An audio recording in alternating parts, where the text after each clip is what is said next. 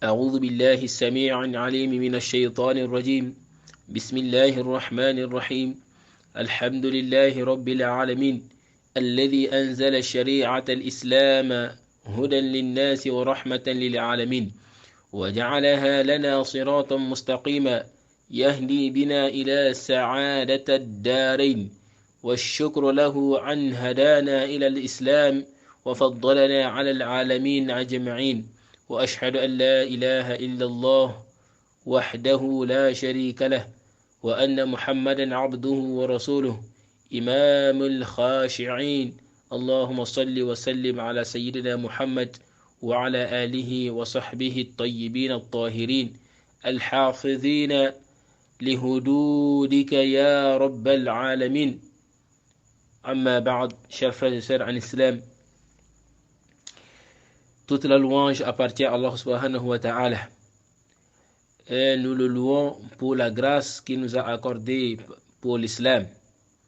Allah subhanahu wa ta'ala nous a révélé l'islam avec ses commandements pour que cela soit une guidance pour nous les musulmans et pour toute l'humanité. Et Allah subhanahu wa ta'ala, dans sa grâce et dans sa miséricorde, il a créé le paradis et l'enfer.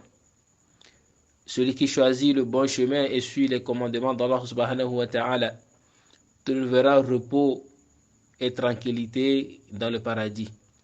Et celui qui choisit le mauvais chemin, qu'Allah subhanahu wa ta'ala nous en préserve, eh bien trouvera châtiment et tourment dans l'enfer. Qu'Allah subhanahu wa ta'ala nous en préserve.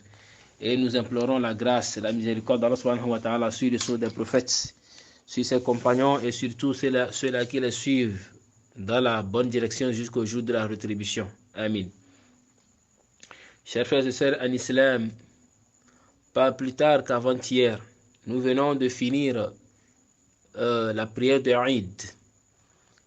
Et nous sommes dans le dernier mois du calendrier islamique. Et chers frères et sœurs en islam, Allah subhanahu wa ta'ala, tout ce qu'il y a dans ce bas monde, eh bien, Allah subhanahu wa ta'ala a mis des signes en cela. Allah subhanahu wa ta'ala a mis des signes en cela. Et seuls ceux-là qui ont la clairvoyance, ceux-là qui ont reçu la guidance d'Allah subhanahu wa ta'ala, peuvent voir ces signes-là. Qu'Allah subhanahu wa ta'ala nous accorde cette clairvoyance. Chers frères et sœurs en islam, Allah subhanahu wa ta'ala a dit wa min anfusikum afala yatadabbarun. Sur vous-même, il y a des signes. Eh bien, ne réfléchissez-vous pas? Et pareil aussi pour tout ce qui nous entoure, il y a des signes. Nous avons commencé l'année tout en remerciant Allah subhanahu wa ta'ala qui nous a fait parvenir une nouvelle année. Mais, chers frères et sœurs en islam, nous voilà à la fin de cette année. Eh bien, nous devons nous poser la question. Après avoir loué Allah subhanahu wa ta'ala de nous avoir fait parvenir la nouvelle année, eh bien, qu'est-ce que nous avons pu accomplir durant cette année jusqu'à ce que aujourd'hui nous sommes à la fin de cette année? Qu'est-ce que nous avons pu faire? Il faudrait que nous-mêmes nous demandons des comptes avant qu'on nous demande des comptes, comme l'a dit Ibn Omar, que hasibu qabla an yuhasabu. Demandez-vous vous-même des comptes avant qu'on ne vous demande des comptes. Rendez-vous vous-même, faites le bilan de ce que vous faites avant qu'on ne vous demande ce bilan. Durant toute l'année, quels sont les bienfaits que nous avons pu accomplir? Qu'est-ce que nous avons pu mettre en place? Et que cela nous a été profitable et que cela a été profitable aussi pour notre entourage. Qu'est-ce que nous avons délaissé et que cela serait un bien pour nous et un bien pour notre entourage, mais nous avons délaissé cela. Eh bien, il faudrait que nous fassions ce bilan pour que l'année dans laquelle nous sommes en train de rentrer dans la nouvelle année, nous puissions mettre ces choses-là en place pour améliorer notre adoration. Parce que le meilleur serviteur, le meilleur croyant, le meilleur serviteur parmi les croyants, c'est celui-là qui se demande des comptes et cherche à améliorer chaque fois son adoration vis-à-vis d'Allah subhanahu wa ta'ala. Si chaque fois tu répètes les mêmes choses, ce que dit que tu n'évolues pas dans ton adoration et ta foi aussi n'évolue pas. Mais lorsque tu te demandes des comptes et que chaque fois tu cherches à perfectionner ton adoration en t'instruisant, c'est-à-dire en cherchant la science et en perfectionnant ta pratique, eh bien, c'est en ce moment que tu vas atteindre le plus haut sommet, le summum de la foi. Qu'Allah subhanahu wa ta'ala nous le facilite. Chers frères en islam, nous avons commencé l'année avec une adoration et nous le finissons avec une adoration. Ceci aussi est un signe que Allah subhanahu wa ta'ala est en train de nous montrer. L'année a commencé et ça finit. C'est comme si le soleil qui se lève et qui se couche par après, ou la lune qui se lève et à un certain moment disparaît. C'est pareil aussi. Allah nous montre que tout ce que nous voyons va disparaître un jour. Tout ce que nous voyons va disparaître un jour. Voilà, on a commencé une année et on vient de la terminer. Donc, ce que cette année est finie comme ça, nous allons rentrer dans une nouvelle année. Eh bien, ainsi, chaque chose dans ce bas monde va finir. Ainsi que nous-mêmes, on partira un jour. Eh bien, cela doit nous amener à méditer et à réfléchir. Qu'est-ce que nous avons accompli de meilleur et que après cela, après cette vie, qu'est-ce que nous avons accompli pour l'autre vie, pour la vie de l'au-delà? Nous devons réfléchir par rapport à cela. Et secondo, nous devons regarder que Allah subhanahu wa ta'ala nous donne des exemples. C'est-à-dire la manière dont nous devons vivre notre vie. Allah subhanahu wa ta'ala nous a montré cela. Regardez, nous avons commencé notre année islamique commence toujours par Al-Muharram, le mois de Muharram. Et nous, dans ce mois de Muharram, nous commençons toujours par le jeûne. Allah subhanahu wa ta'ala, il y a le jeûne de Ashura que nous faisons. Et le prophète sallallahu alayhi wa sallam, il a dit, celui qui jeûne le mois de Ashura, Allah subhanahu wa ta'ala va lui pardonner les péchés de l'an dernier. Eh bien, imaginez, nous avons commencé une année et dans le premier mois de l'année, nous commençons l'année par le jeûne. Et ainsi aussi, nous finissons l'année par le jeûne.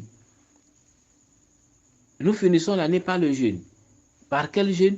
Les 10 meilleurs jours de Zulhijjah et les jours de Arafah. Allahu Akbar. Donc Allah subhanahu wa ta'ala nous montre que quoi? Que nous devons, chaque chose, nous devons commencer chaque chose. C'est-à-dire ce que nous avons commencé, nous devons terminer avec cela. Si Allah subhanahu wa ta'ala nous a accordé la guidance, eh bien nous devons tout faire pour préserver cette guidance-là et chercher toujours à se perfectionner jusqu'à ce que nous finissions notre vie. Notre vie se termine avec la soumission d'Allah subhanahu wa ta'ala. Vous voyez, si tu es né musulman, eh bien tu dois demeurer musulman et faire un effort pour rentrer dans le rang des croyants et rencontrer Allah subhanahu wa ta'ala en étant toujours croyant. C'est ce que Allah subhanahu wa ta'ala veut nous montrer par cela. Donc, il faut réfléchir. Nous avons commencé le mois, l'année avec l'adoration et nous le terminons avec l'adoration. Ainsi aussi, nous devons demander à Allah subhanahu wa ta'ala. Notre vie doit finir dans la soumission d'Allah subhanahu wa ta'ala. Et c'est pourquoi le prophète sallallahu alayhi wa sallam, il a dit à un de ses compagnons, Mu'az ibn Jabal, il lui a dit, oh ya Mu'az, je t'aime en Allah. Ya Mu'az, je t'aime. Et il a dit, comme je t'aime, je vais t'enseigner certaines paroles que tu vas dire à chaque prière. Après chaque prière, tu dois dire cette parole, cette évocation. Et le prophète sallallahu alayhi wa sallam a dit à Muaz de dire après chaque prière, Allahumma a'inni ala dhikrika wa shukrika wa husn ibadatik. Le prophète sallallahu alayhi wa sallam a dit à Muaz de dire après chaque prière, de dire, oh Allah, aide-moi à t'invoquer, à te remercier et à t'adorer correctement. Donc le prophète sallallahu alayhi wa sallam a montré une invocation à quelqu'un qu'il aime. Donc nous aussi, nous devons mettre cela en pratique. Nous devons demander à Allah subhanahu wa ta'ala de nous aider à le remercier et à l'adorer. Parce que nous ne pouvons rien faire sans la volonté d'Allah subhanahu wa ta'ala. Donc nous devons tout faire pour que quoi? Pour persévérer plutôt dans l'adoration d'Allah subhanahu wa ta'ala et demander l'assistance d'Allah subhanahu wa ta'ala. Parce qu'à chaque fois, Shaitan aussi nous guette. Shaitan nous guette à chaque fois. Shaitan nous guette à chaque fois. Et ce que nous faisons par ignorance, les péchés que nous commettons par ignorance, demandons à Allah subhanahu wa ta'ala de nous pardonner. C'est pourquoi Allah subhanahu wa ta'ala même dit وَتُوبُوا إِلَى اللَّهِ أَيُّهَا الْمُؤْمِنُونَ لَعَلَّكُمْ تُفْلِحُونَ. Et repentez-vous, vous les croyants, repentez-vous. Imaginez ce que dit que le croyant aussi tombe dans le péché. Parce que quand on dit que quelqu'un est croyant, cela ne veut pas dire que la personne a atteint la perfection. Non. Mais ce que la personne, lorsque la personne fait des péchés, commet des péchés, et bien il se repent. Et Allah subhanahu wa ta'ala dit quoi? Et vous les croyants, repentez-vous. Et peut-être que vous atteindrez le succès. Vous voyez? Donc il faut toujours rester dans la soumission d'Allah subhanahu wa ta'ala. Lorsque Allah subhanahu wa ta'ala vous accorde la guidance, eh bien faites tout pour préserver cela et faites tout pour demander à Allah subhanahu wa ta'ala de vous accorder une bonne fin, c'est-à-dire de mourir en étant soumis à Allah subhanahu wa ta'ala. Allah subhanahu wa ta'ala nous pardonne nos péchés et nous fasse de nous des musulmans sincères et fasse que cette année nouvelle dans laquelle nous rentrons comme ça soit meilleure dans l'adoration que l'année précédente. Que cette nouvelle année soit meilleure dans l'action que l'année dernière.